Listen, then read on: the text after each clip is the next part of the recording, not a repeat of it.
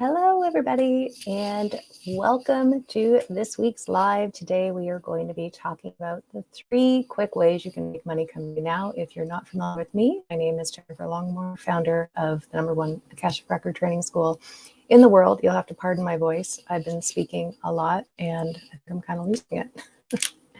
Anyways, welcome. If this is your first time watching a live, let me know in the comments so I can come back and say hello. And if you're watching the replay, let me know that as well, because I want to be able to say hi to you if you're not able to make it live.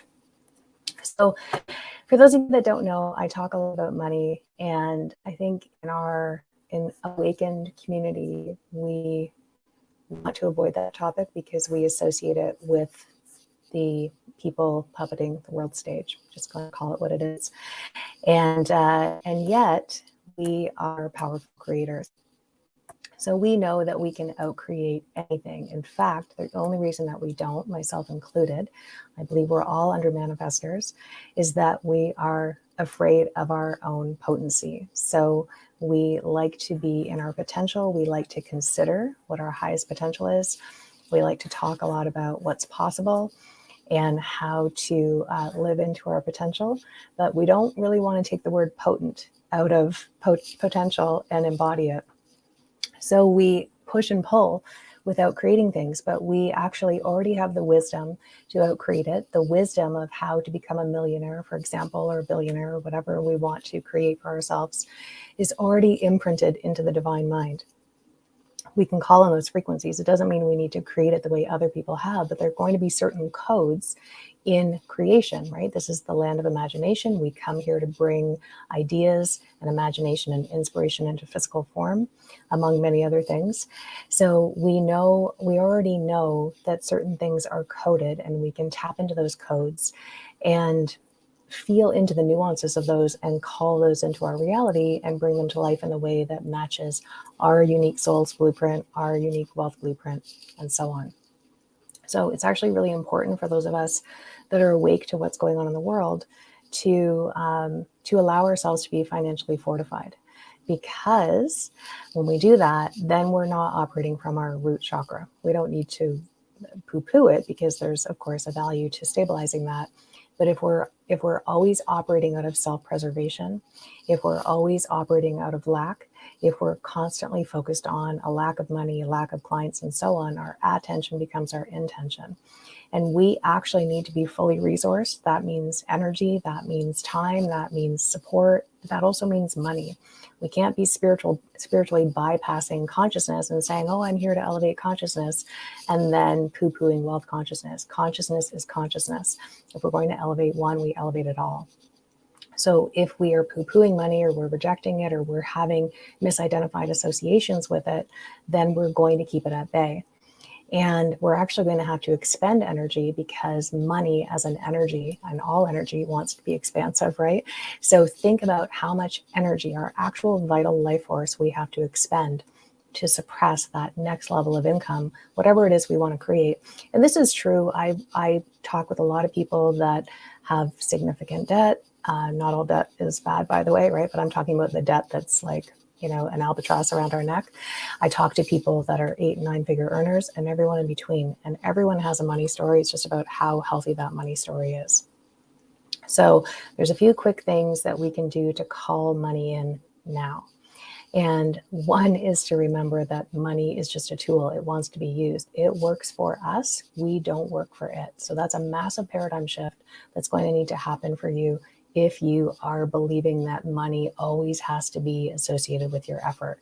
That then doesn't allow you to really move into the stock market, or become a private equity investor, or any host of things, or even create another stream of income, if you're already feeling drained at the thought of, oh, my effort has to be attached with income. So it is a tool. It is here to be used for us. It is not for us to be working for it. It is here to serve us, just as time is. So when we recognize that, and we allow it to be a tool, then we need to identify, well, what is it going to be a tool for? because getting more clients is not necessarily the desire, right? Why do you want to serve clients?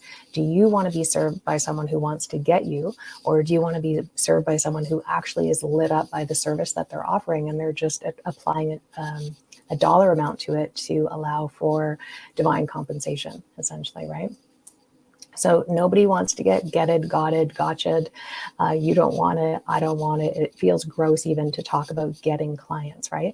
Now we understand what we mean by that, but it's not the clients that are bringing you your income, because your money comes from source. It doesn't come from your clients. It comes through your clients in exchange for you allowing the divine to move through you in service to your clients, and however that's going to work.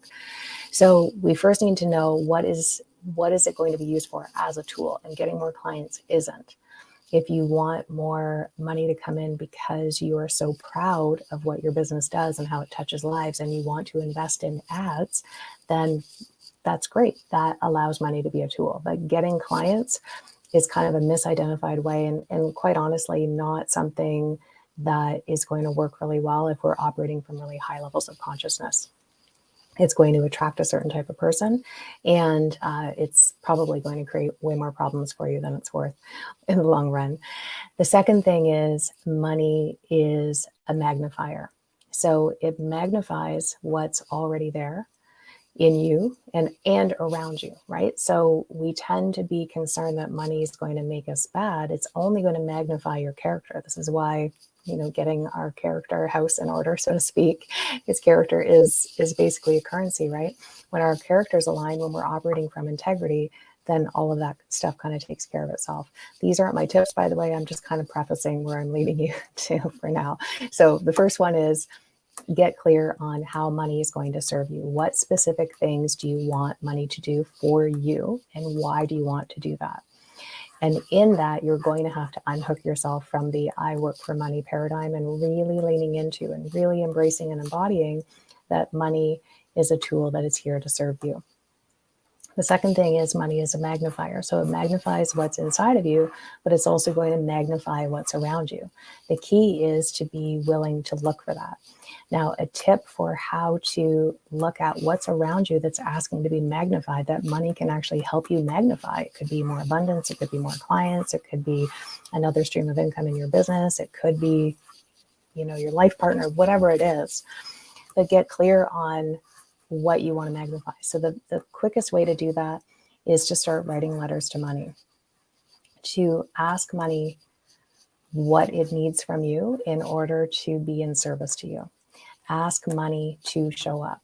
Ask money to allow you to have clarity about really quick wins and pots of gold that are right under your nose that you can't see, because of course we have to tune into that frequency, right? We have to be willing to become the energetic match for what we want to call in. And with that, we want to ask money, how do I become the energetic match for X? So if you want to have 100K months, then you need to ask, how do I calibrate to be the energetic match for 100K months?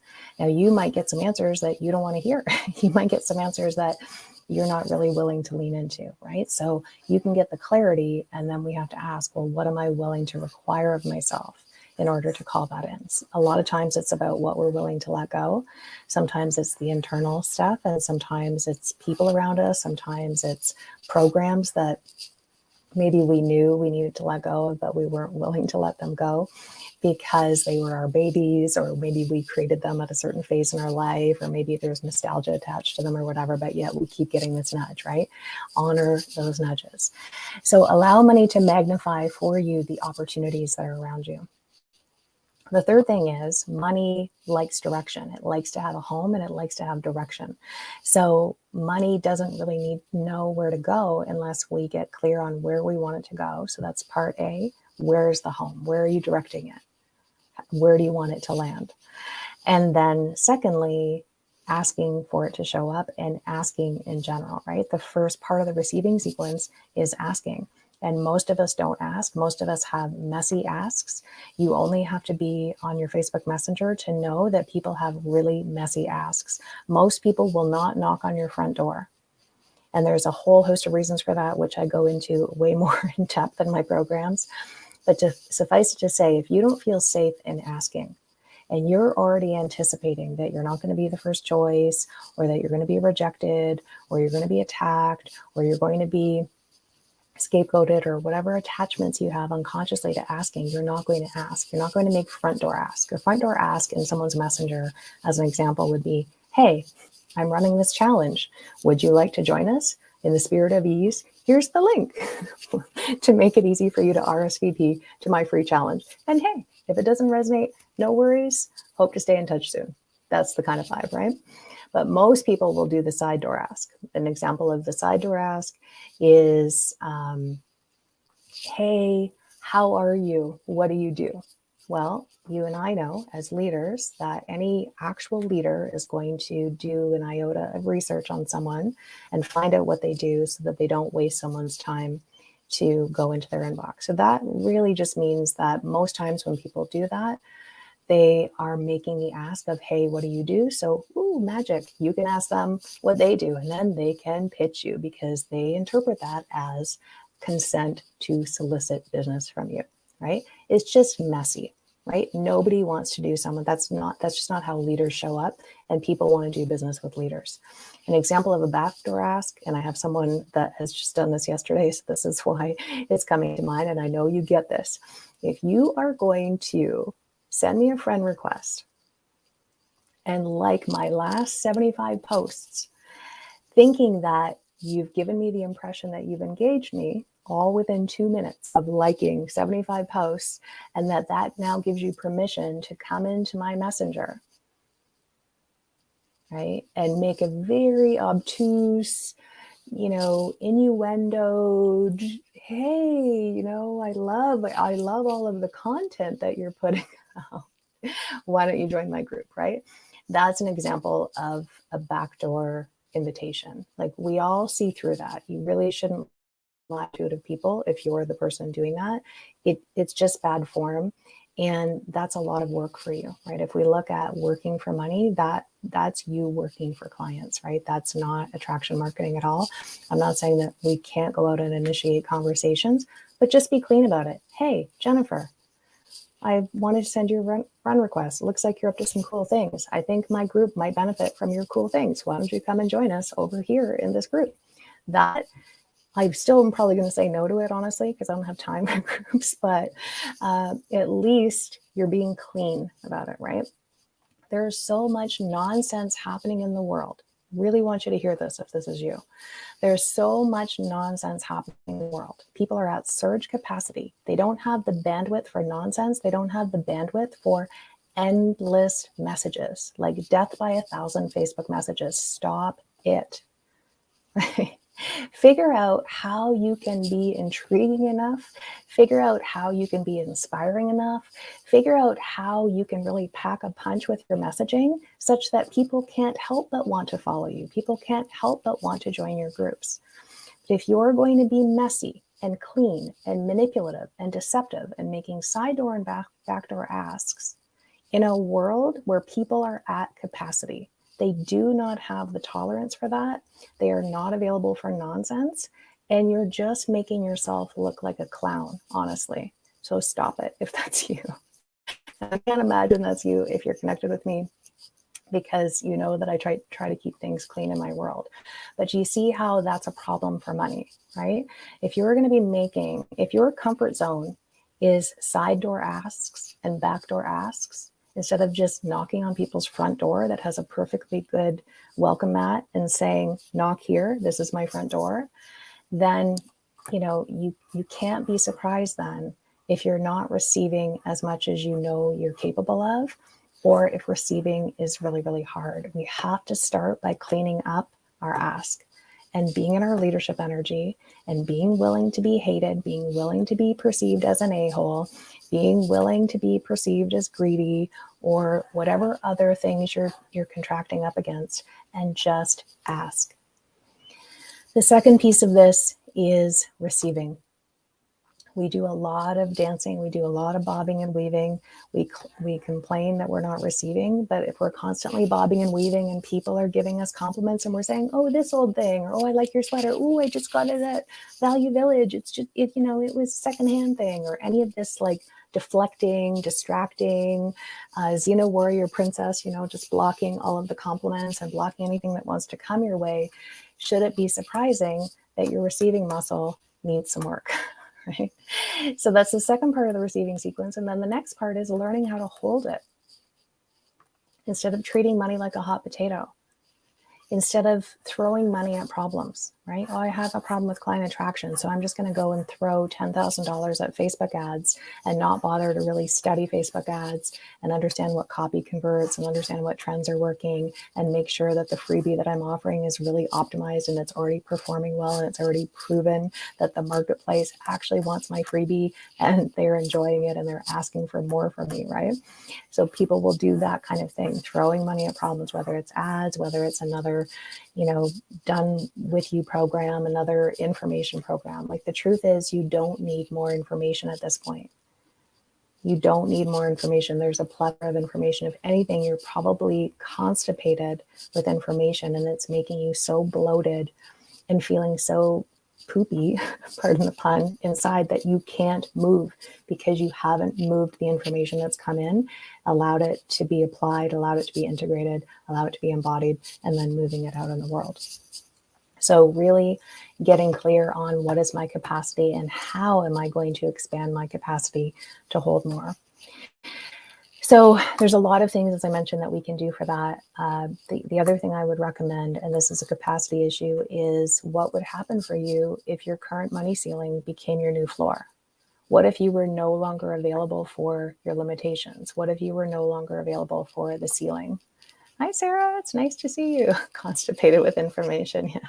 Well, we all know it, right? I remember in the beginning of my business, back when I used to consult my Oracle deck every single day, all the different Oracle decks. I think between mine and my friends, there was probably 20 decks.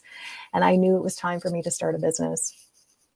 And I wanted it to be easy. I wanted the client attraction store to come and drop off all the clients. I didn't want to I knew all the things I didn't want to do. I didn't want to go to networking events. I didn't want to speak. I didn't want to market. I didn't want to do any of the things, but I wanted all of the clients. So I kept consulting with my Oracle deck. Hey, is it appropriate and am I highest good to have a business? And then the cards would lay something out. And of course, they're always open to interpretation. And if I was in a good mood, I'd be like, oh yeah, it's appropriate and am I highest good to start a business? And then I'd, draw from another deck, same question. And, oh, I don't know what this card means. Maybe it's not time. And I was looking for ways in, I was looking for ways out, but I kept bombarding myself with information to the point that I actually got confused and I couldn't move because it wasn't the information I was seeking, right? I had to learn how to trust myself and so on. And there's nothing wrong with information. There's a lot of great information out there, absolutely. But then there's a point where we think that more information is going to move us forward, and it actually just weighs us down more. It becomes this density in the body that needs to be mobilized. And we're aware that when we mobilize that information, things are going to change. And as much as we claim we want change on our terms, not in the way that it's meant to unfold, right? Because we all know whenever we manifest, it never, ever, ever, ever looks the way we think it's going to look. It always looks different. It's always exactly what we manifested. It just never comes in the package that we want. And that's one of our many, many opportunities in this lifetime.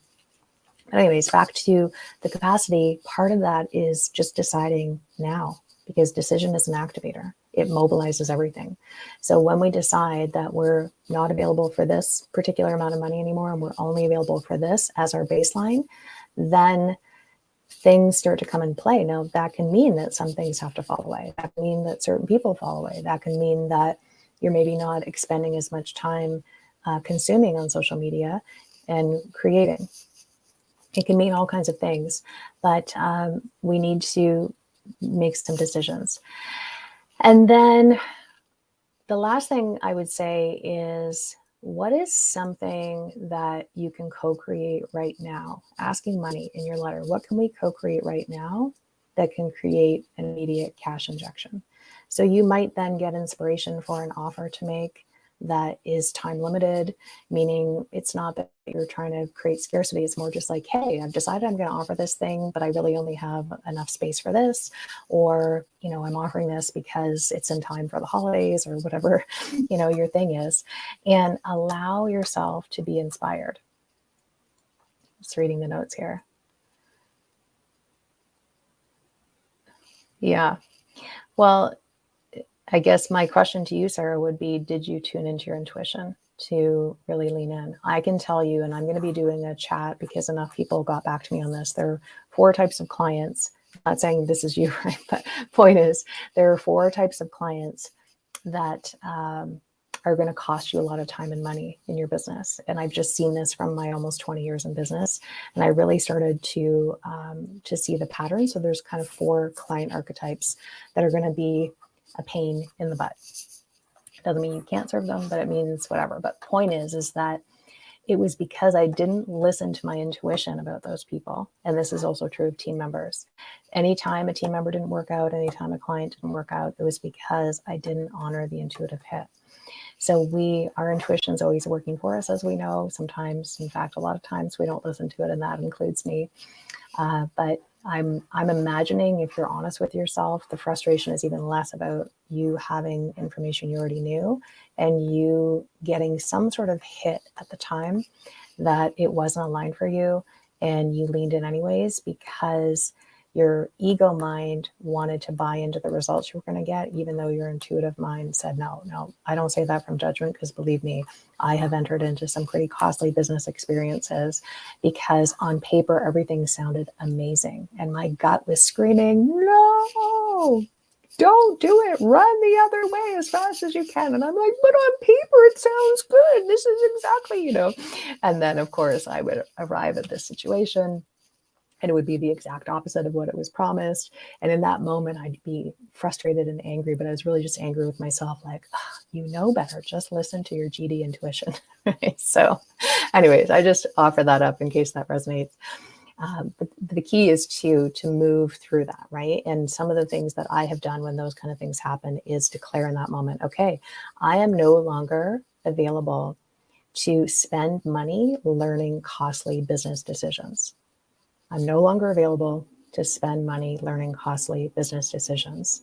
I'm no longer available to discount and disregard my intuition when it comes to business decisions. I'm only available to allow my intuition and my aligned effort to allow money to come to me. Now, it doesn't mean we can't allow it, of course, to come in other ways. But anyways, let me know if that resonated for you. So these are some of the things you can do. Other tips would be writing out at least a list of 25 things you're grateful for. If that's hard for you, then that's your invitation, right? It shouldn't be hard to come up with 25 things that you're grateful for. That means that you'll be living in lack, and lack is a magnetizer. We're always magnetizing, right? But that's a magnetizer for more lack. So the reason I say 25 is because usually the first 10 things are almost automatic, and they can feel a little less heartfelt than we'd like, right? Like, I'm grateful for my home. I'm grateful for the fact that I woke up today. And it's not that we're not grateful for those, but it can become automatic, right? Once we have to start stretching the brain past like 10 things, then that's when we really sink into the vibration. And the vibration of gratitude is what magnetizes us. It is one of the highest vibrations. I would say joy is the highest vibration, and then gratitude. So examples of this too would be in your day-to-day life. Like years ago, I had a client who sent me a payment and they said, joyfully paid with gratitude. And that felt amazing in my body. I was like, dang, that is a classy response. No wonder they're doing so well in life and business. And I started adopting that, and it feels good. It feels good to say that. It feels good to be on the receiving end of that. That's an example of how we can do that.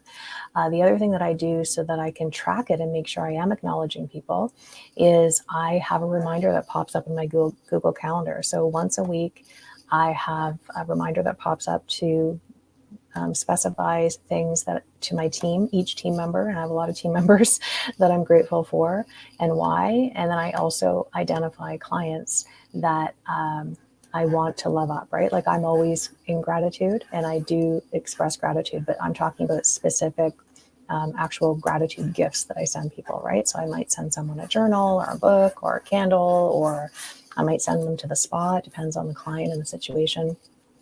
But I look at how do I build gratitude in to my actual moving it throughout the day, not just sitting down with a journal. That's great. And that can be really helpful.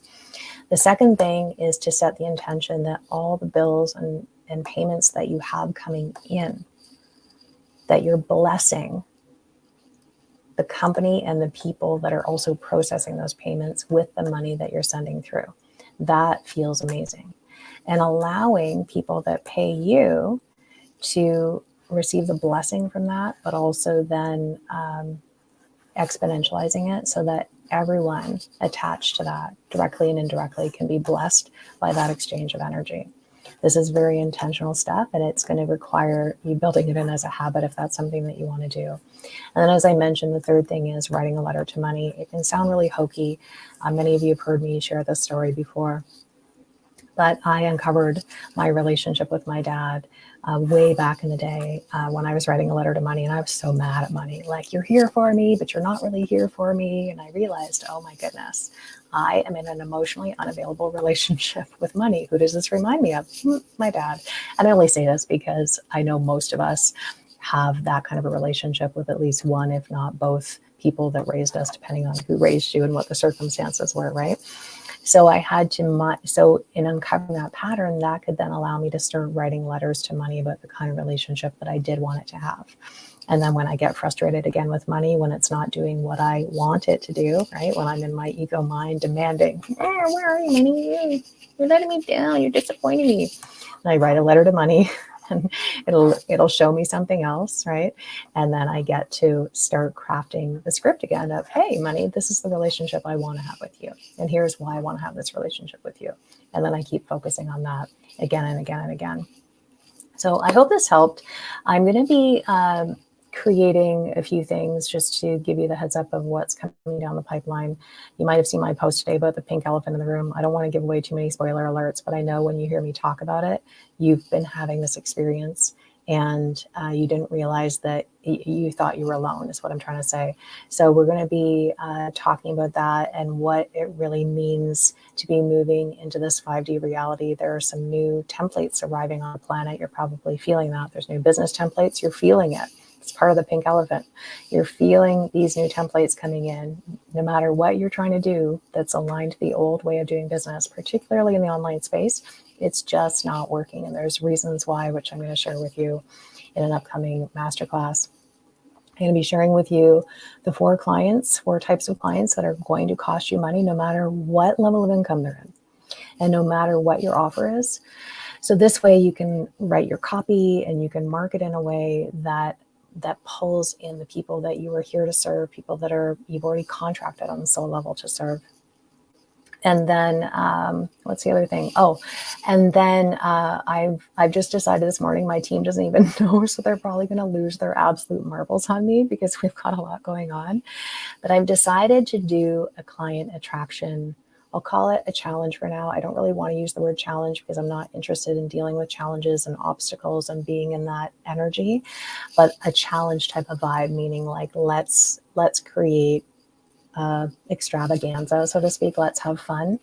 And I have a few really cool ideas of how to be helping you attract more clients. And it's in the spirit of the pink elephant in the room, which some people are talking about, but not enough people are talking about it. And when people aren't talking about it, it remains taboo. And in that taboo energy, there's a lot of shame, blame, guilt, and judgment that gets cultivated. When we can talk about it openly and then create a plan around it and look at how do we outcreate this spaciousness that we're in. I could call it a void, but void can have a negative connotation.